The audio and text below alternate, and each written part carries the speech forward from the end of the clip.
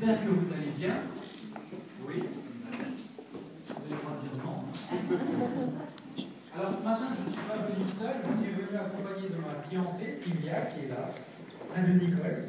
Vous pourrez la voir tout à l'heure. C'est vraiment une chance et un plaisir d'être avec vous. On était avec les jeunes hier soir et c'était vraiment un super moment. On a passé un très bon temps à la présence du Seigneur. Et puis ce matin, ben voilà, Jean-Pierre m'a demandé de donner mon témoignage et finalement, ça s'est transformé en une prédication. Alors, du coup, j'ai préparé un message et ce matin, le thème de mon message, c'est le chemin de victoire dans les épreuves. Le chemin de victoire dans les épreuves. Je crois qu'on a toutes et tous des épreuves, des difficultés. Pourtant, il y a un chemin de victoire dans les épreuves. Est-ce que vous le croyez? Je crois que tôt ou tard, on vivra des épreuves. Dans notre vie, la vie n'est pas un long fleuve tranquille. Je pense qu'on est tous d'accord avec ça. Ce n'est pas un monde de bisounours avec des barbes à papa. C'est des difficultés, c'est des chemins qui sont parfois difficiles.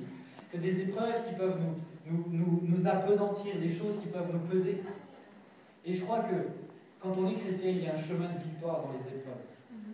Et ce matin, j'aimerais nous encourager à peut-être retourner ou aller dans ce chemin de victoire dans les épreuves. Au travers de ce que Job a vécu, de ma propre expérience, j'aimerais simplement nous donner une clé pour vraiment marcher dans la victoire, dans les épreuves, que ça soit maladif, que ça soit financier, que ça soit psychique. Dans quelle que soit l'épreuve, Dieu est avec nous. Et il y a un chemin de victoire dans les épreuves. Amen. J'entends beaucoup de personnes qui prennent les difficultés mais de façon très, très pesante, très lourde. Et je le conçois, j'étais dans la même situation, c'est pas facile. C'est pas facile. On se demande quand est-ce qu'on voit la lumière au bout du tunnel. On se demande, mais quand est-ce que ça va prendre fin? Quand est-ce que ça finira? Pourquoi est-ce que je vis ça? C'est pas facile. C'est pas facile. Mais dans ces difficultés, il y a un chemin de victoire. Il y a un chemin de victoire dans l'épreuve que Dieu a placée. Alors, ce matin, c'est de façon totalement libre que je vais vous parler d'un sujet qui est plutôt lourd, mais parce que je l'ai vécu moi-même. Donc, ce que je vais vous dire, c'est que je l'ai vraiment vécu. Donc, c'est totalement libre que je vais vous parler, même si ce n'est pas facile. Même si ce n'est pas facile, mais je crois que ça va encourager beaucoup. Amen. Alors, mon premier point ce matin, c'est déjà quelles sont les épreuves desquelles nous parlons. Il y a plusieurs sortes d'épreuves, et Dieu permet des épreuves, mais il y a des épreuves que le Seigneur ne permet pas. Certaines épreuves sont simplement la conséquence d'actes qu'on fait. Un exemple, un fumeur, s'il fume énormément d'années, si au bout d'un certain temps, au bout de certaines années, il commence à avoir des problèmes au niveau des poumons, c'est simplement la conséquence de ce qu'il a fait. Ce n'est pas une épreuve que forcément Dieu aurait voulu, c'est simplement la conséquence de ce que cette personne a fait, c'est-à-dire qu'elle a fumé énormément. Il y a des épreuves on pense qu'elles viennent de Dieu, mais ce n'est pas le cas. Et c'est important de bien distinguer quelles épreuves nous avons, puisque c'est de là que découle la victoire. Ce fumeur-là, oui, il doit prier pour sa guérison, mais il doit surtout arrêter de fumer. Vous êtes d'accord avec moi? Ok. Bon, si vous n'êtes pas d'accord, j'ai dit aux jeunes, si vous n'êtes pas d'accord, vous pouvez sortir. Hein, il y a des épreuves que Dieu ne veut pas forcément. Et dans ce cas-là, alors il faut prier et demander, mais Seigneur, montre-moi pourquoi je vis ça. Si ce n'est pas ta volonté, pourquoi je vis ça? Et puis, il y a des épreuves que le Seigneur permet, comme Job. Job était un homme qui aimait Dieu. La Bible dit qu'il avait la crainte de l'Éternel, vraiment. C'était un homme droit qui voulait marcher dans les plans de Dieu et dans ce que Dieu demandait. On va lire ensemble, si vous avez vos Bibles, mais sinon je suppose que ça sera affiché. Job 1, versets 1 à 5. Il y avait dans le pays d'Ouz, ou d'Utz, ça dépend comment on le dit, en allemand ça serait Ouz, un homme qui s'appelait Job. Et cet homme était intègre et droit. Il craignait Dieu, il se détournait du mal. Il lui naquit 7 fils et 3 filles. Il possédait 7000 brebis, 3000 chameaux, 500 paires de bœufs, dis donc ça en fait des paires de bœufs, 500 ânesses et un très grand nombre de serviteurs. Cet homme était le plus considérable de tous les fils de l'Orient. Ses fils allaient les uns chez les autres et donnaient tour à tour un festin, et ils invitaient leurs 3 sœurs à manger et à boire avec eux. Et quand les jours du festin étaient passés, Job allait et sanctifiait ses fils, puis il se levait de bon matin et offrait pour chacun d'eux un holocauste. Car Job disait, « Peut-être mes fils ont péché et ont-ils offensé Dieu dans leur cœur. » C'est ainsi que Job avait coutume d'agir. Job était quelqu'un qui craignait Dieu pour lui-même et pour sa propre famille. Il craignait Dieu et il le respectait, il respectait ses commandements. Et pourtant, il a vécu une épreuve qui était terrible, c'est-à-dire que Dieu a permis qu'il perde tous ses biens, qu'il perde tous ses animaux, ses 500 ânesses, il les a perdus, et qu'il perde tous ses enfants. Et après ça, qu'est-ce qui s'est passé? Il est tombé très gravement malade. Mais pourtant, Job était quelqu'un qui aimait Dieu de tout son cœur. C'était quelqu'un qui était intègre, droit, la Bible nous le dit. Mais quand Dieu permet une épreuve, quand vraiment ça vient de lui, alors il y a toujours quelque chose de bénéfique derrière. Quand Dieu permet une épreuve, c'est pour notre bien. Et je sais de quoi je parle vraiment. C'est pour notre bien. L'épreuve est là pour nous faire grandir, pour nous aider pour notre propre vie et pour les autres. Ça apporte toujours quelque chose de bénéfique. Regardez dans la Bible l'image de la taille de la vigne. Si le vigneron ne taille pas la vigne, qu'est-ce qui se passe? S'il ne l'émonte pas, les fruits seront très petits, voire quasi inexistants. Mais s'il taille, s'il coupe, c'est pas agréable d'être coupé, je suppose, pour la vigne. Mais qu'est-ce qui se passe? Les raisins ont de la place pour grandir. Alors ils ont de la place pour porter plus de fruits. L'émondage, la taille de la vigne, c'est le même principe pour notre propre vie. Dieu permet les épreuves par moments pour nous émonder, pour nous faire porter du fruit. Et puis par moments, l'épreuve est là pour nous montrer où est-ce que nous en sommes, pour faire un bilan. L'épreuve n'est jamais là pour montrer à Dieu où est-ce que nous en sommes. Dieu sait très bien où nous en sommes, mais elle est là pour nous montrer où est-ce que nous en sommes. Entre la foi que nous pensons avoir et la foi que nous avons réellement. Entre les paroles que nous disons et les actes que nous avons. Il y a par moments une différence et le Seigneur des fois permet des épreuves, mais pour faire un point, pour voir réellement où est-ce que nous en sommes. Job avait tout perdu.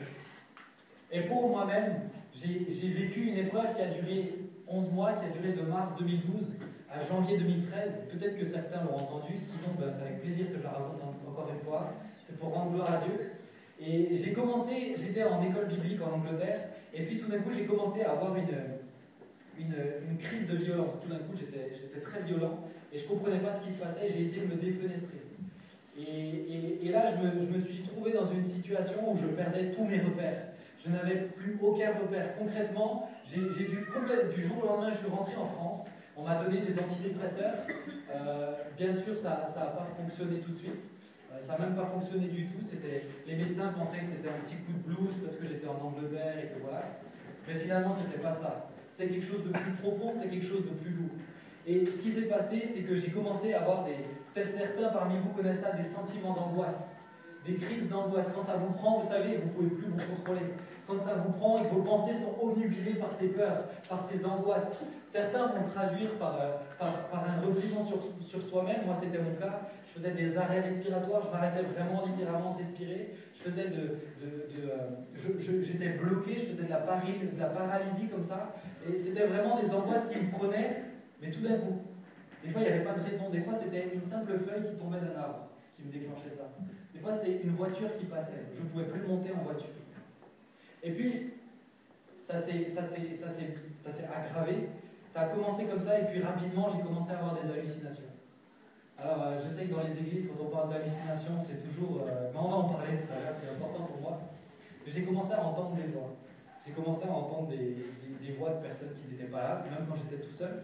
Et puis, j'ai commencé à voir des personnes. Concrètement, je les voyais comme je vous voyais vous.